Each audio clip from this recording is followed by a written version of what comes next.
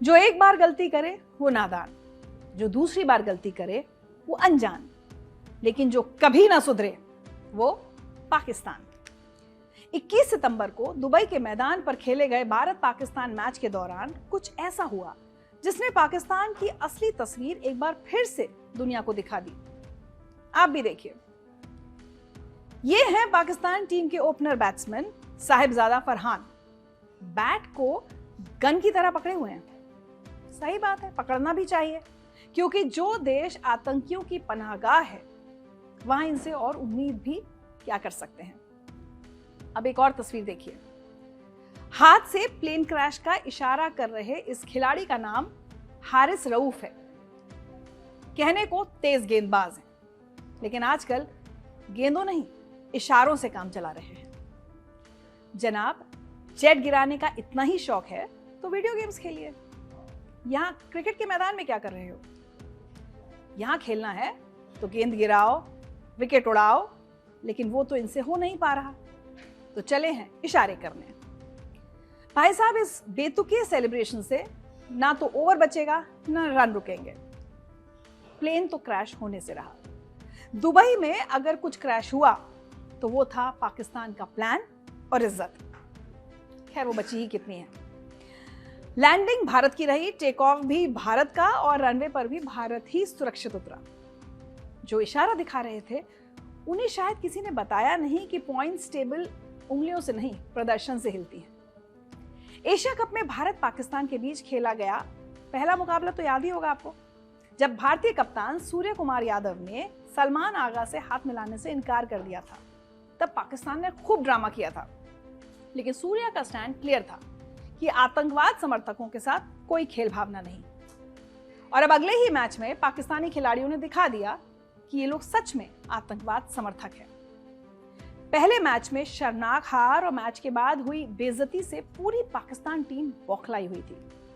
सोच रहे थे इस बार तो भारत को हरा ही देंगे। जब दाल नहीं गली तो करने लगे वही गिरी हुई हरकतें। हारिस रऊफ को मैच में सिर्फ एक विकेट मिला और बाकी समय वो जुबान ही चलाते नजर आए।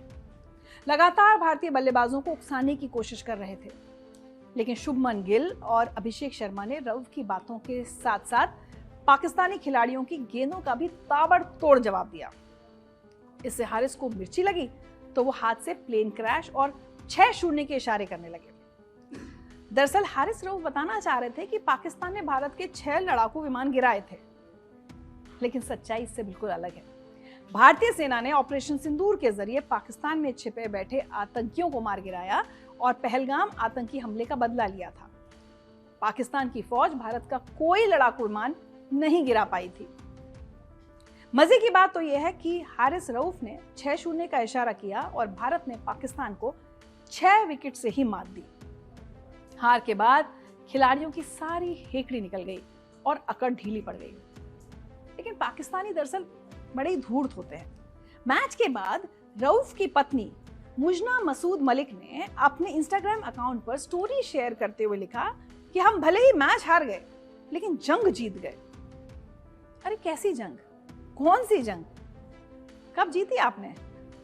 1947-48 का युद्ध, 1965 का युद्ध, 1971 का युद्ध और 1999 का करगिल युद्ध। सब तो हमने जीते हैं। और ये तो वो हैं जो बॉर्डर पर लड़े गए।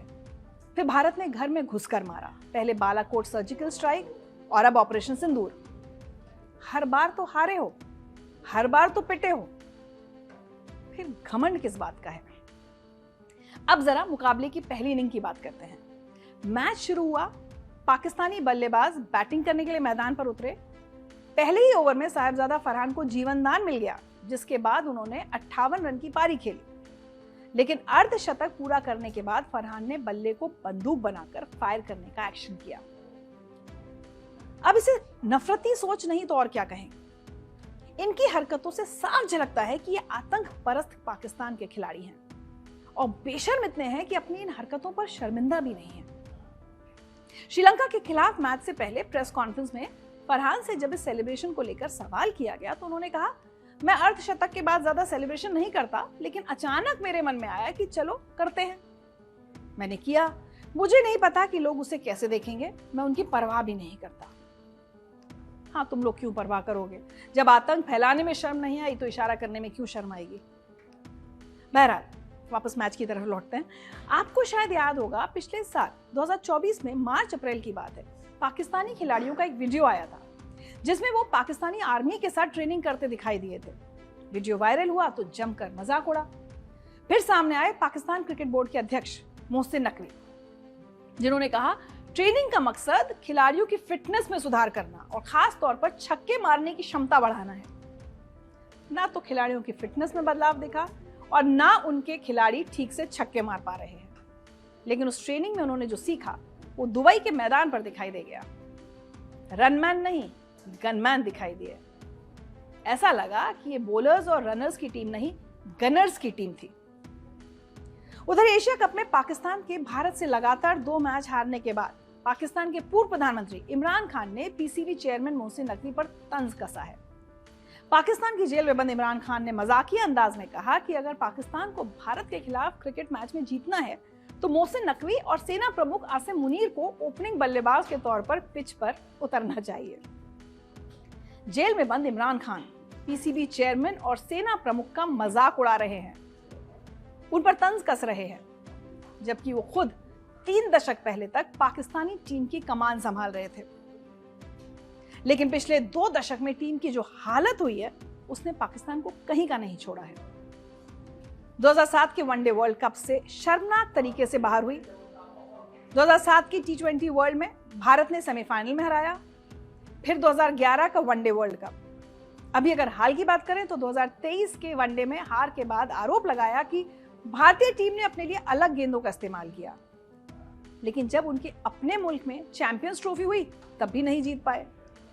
फिर अब एशिया कप में पाकिस्तान का क्या हाल है वो तो आप देख ही रहे हैं। ये सिर्फ बातों के शेर हैं और हकीकत में गीदड़। 21 सितंबर के मैच के दौरान पाकिस्तानी खिलाड़ियों ने जो हरकतें की उससे साफ हो गया कि जहां एक तरफ भारतीय क्रिकेट टीम, भारतीय सेना और आतंकवादी हमले के पीड़ितों के साथ खड़ी है, वहीं पाकिस्तानी क्रिकेट टीम आतंकवाद और आतंकवाद समर्थकों के।